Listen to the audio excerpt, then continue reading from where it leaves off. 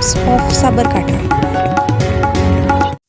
રાજ્યમાં શિક્ષકોને કૂતરાની ગણતરી કરવાની કામગીરી સોંપતા ગુજરાત રાજ્ય માધ્યમિક અને ઉચ્ચતર માધ્યમિક શાળા કર્મચારી સંઘ સંકલન સમિતિએ વિરોધ દર્શાવતા રાજ્યના શિક્ષણ વિભાગને જણાવેલ કે સંસ્થાઓ, કચેરીઓ, કેમ્પસ વગેરે વિસ્તારમાં રહેલા શ્વાનોનો સર્વે તાત્કાલિક કરવા જિલ્લા શિક્ષણાધિકારી કચેરીઓને જણાવેલ છે।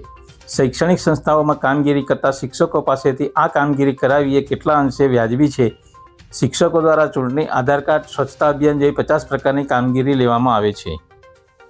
સેવાકીય અને વિદ્યાર્થીઓના હિતમાં કામગીરી હંમેશા રાજ્યના શૈક્ષણિક સ્ટાફે કરેલી છે।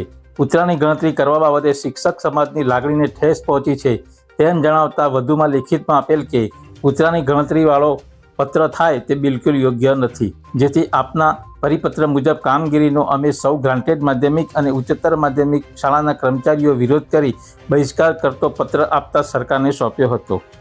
આ બાબતે સરકારે જણાવેલ કે કૂતરાના સર્વે અંગે શિક્ષણ વિભાગે સ્પષ્ટતા કરી છે કે સ્કૂલોના શિક્ષકોએ શ્વાનોનો સર્વે કરવાનો નથી, આ તો સુપ્રીમ કોર્ટે આપેલી ગાઈડલાઈનનું પાલન કરવાનો આદેશ જારી કર્યો છે। બાકી શિક્ષકોએ રખડતા શ્વાનોનો સર્વે કરવો તેવો આદેશ ક્યાંય જારી કરાયો નથી। પહેલાં તલાટી મંડળ અને પછી શિક્ષક સંઘ, હવે કૂતરાની ગણતરી માટે કોનો પરિપત્ર થાય છે તે જોવું રહ્યું।